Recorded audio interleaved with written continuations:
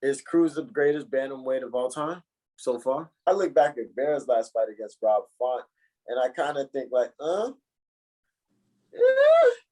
Passing out the medicines. We've been on that rock star regimen, knowing that I'm heaven sent, higher than I ever been. I got a problem with. What's going on, guys? Welcome to Totally Blitz Podcast. This is the fucking Fight Club, and today we're talking to UFC Fight Night Vera versus Cruz in Pachanga Arena, San Diego, California. These are your hosts. I'm Paul Pick'em, win 'em Contra. Board man gets paid. I'm pouring up my shot. I think it's like the fifth one this night. And who's with me? Hey, man, the boy, the hometown hero, Kev Waterboy Savoy, a.k.a. the Pandan PYE, a.k.a. the motherfucker on the screen right now. And we talking some real fading shit. Come on, man. Who else we in this bitch with? What's going on, man? It's the rookie of the year, prime time, man. Ooh, I like that. Yes, sir. Let's get into it. Yes, sir. We got to talk Marlon Vera Chito versus Dominick Cruz, a fucking bantamweight main event this weekend. Chito got the crowd behind him. He does got the age advantage. He is younger, but he's been in UFC for a minute. He came in young, like 2021 out of the Tough series. So I know Kev likes the Ultimate Fighter. Came out of the Ultimate Fighter. He had some losses, had some runs. He's progressed. He's only 29 now, and this is like multiple main events. He's on his like another run going at it. He's a Muay Thai fighter, loves the leg kicks. Just ask Sean O'Malley, who caught a leg kick to end up doing nerve damage, and he's the one that gave Sean O'Malley his first and only loss. And then Dominick Cruz, 37, he's older, hasn't fought in 7 months. But out of 9 fights in the UFC, 6 have been title fights or defenses. He's beat Demetrius Johnson, the GOAT. He's beat TJ Dillashaw. He beat Uriah Faber twice, and these are all title defenses. Like, that boy really did that already multiple times. He's trying to do it again. He's accustomed to 5-round fights, and I would say Vera has gotten accustomed to 5-round fights because his last 2, I think, both were main events, where he just beat Rob Font. How do y'all see this? How do y'all like this fight for the bantamweights here? Who do y'all see winning? Let me hear y'all's take on it. Before I get too deep in the fight, my question for you, Paul. Yes, sir. Is Cruz the greatest bantamweight of all time so far? I can't say he's the greatest bantamweight of all time. Because there's a lot of them now. Demetrius Johnson, I think, or Henry Cejudo are the 2 I would put in front of him. I know he beat DJ, but DJ also had, like, it's the same conversation with Jose Aldo.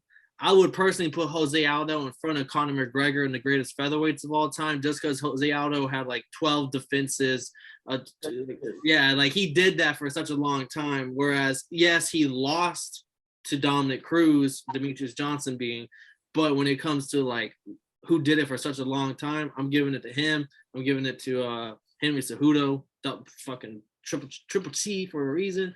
But the fact we even have this conversation should let you know how great of a fighter he is. I'm not mad at you for even asking that question. Like if you put him over him because he beat him, fucking, I can't disagree with it.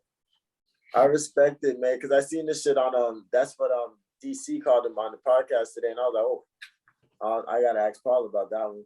But it's actually funny. I was watching this shit, and they was talking about Dana White privilege at one point, because they're talking about how DC was like, why'd you choose Marlon Vera? And he was like, I don't really get to choose who, I just get to pick the date. And then he was like, nah. You know, you got some options. You had a couple in the boat. And then Vera was like, what are you talking about? And then Ryan Clark came in that bitch. He was talking about in DC, not all of us had the Dana White privilege, you feel me? We couldn't really get to pick our fighters. And then DC just in that bitch like, oh, my bad. I thought, you know, you kind of understand it, where you can kind of you kind of had it like that. So I thought that was funny to think about it like that, because he's had a lot of time in and out the ring.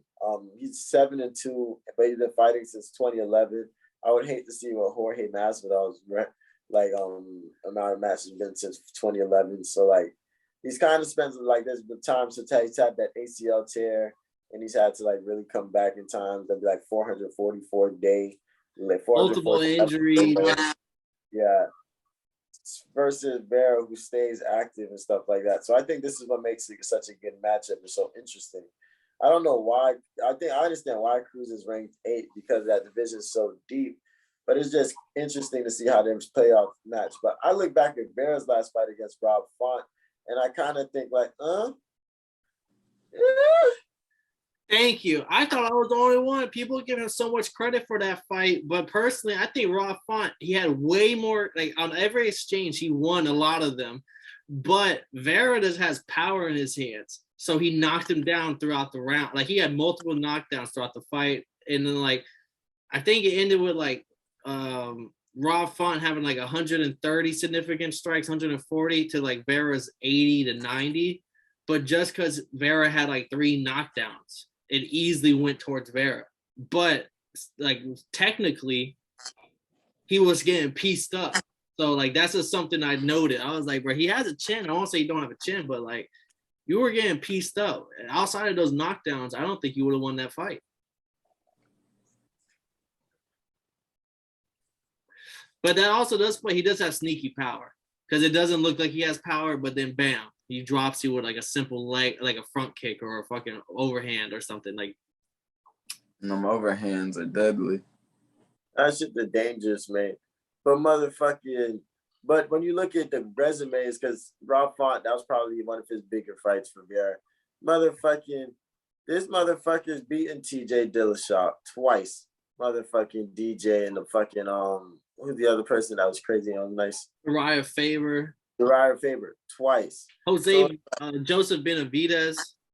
Oof. And like who are his losses to? Henry Cejudo, he lost to. He lost to Cody Garbrandt when Cody Garbrandt went on that crazy run to win the title and then lost in his first defense. But he got KO'd by Cody Garbrandt. He lost to Henry Cejudo, got KO'd with a knee.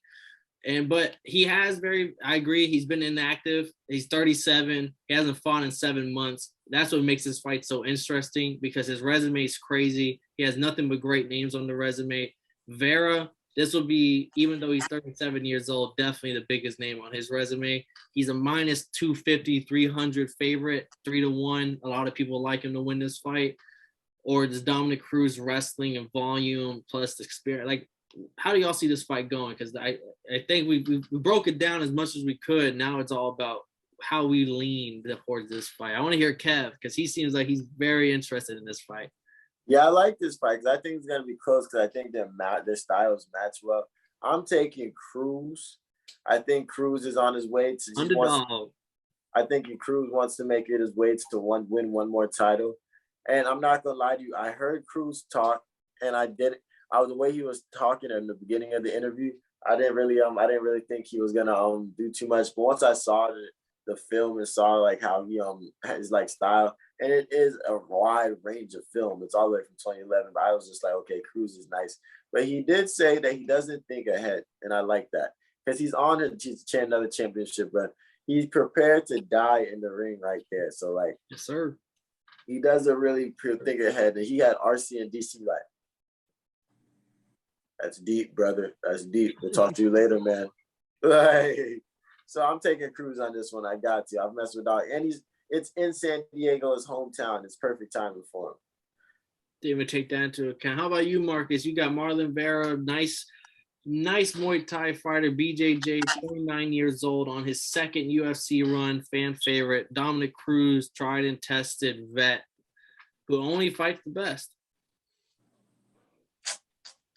I like that Muay Thai shit, man. It kind of sucks, but I'm rocking with the vet, the dog, Cruz, and home. Like Kev said, where he in his hometown.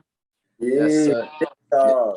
Yes, sir, man. Maybe he could go on one last run, even if he can't touch a belt. Shit, go on a nice little run. That'd be cool to see, especially from these. Bro, I thought I was gonna be the only one going Dominick Cruz tonight. I'm taking Dominick Cruz at like a plus 200. I don't give a fuck. He's old. his last fights, he hasn't looked bad. Yeah, he didn't wrestle, but he also was facing like a top tier BJJ fighter, a pretty great wrestler, and he still beat them on the stand up at 36 years old. So like, if he's fighting Marlon Vera, who was getting pieced up by an old Rob Vaught, I don't think he pieces him up like that, but I think he uses his wrestling again. And we get to see the OG Dominick Cruz, just wrestling, control you, put on some groundwork, what do they say? We just grind you until you don't want to fight no more, especially for a 5-rounder. Give me Dominick Cruz as a plus 200 something underdog.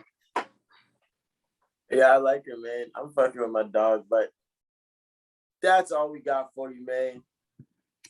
Dominick Cruz all the way, man. We fucking with who else did we talk about? Nobody. No, I'm talking big dogs. Hopefully there's some more fights going down, man. Then we get some surprise. I'm pulling up a little early. We might be live streaming this fight. You never know, man. But hey, this has been another episode of Totally Blitz Podcast. But if you didn't know, I don't mind telling you again and again and again. But before anything, just remember that you's a motherfucking bitch.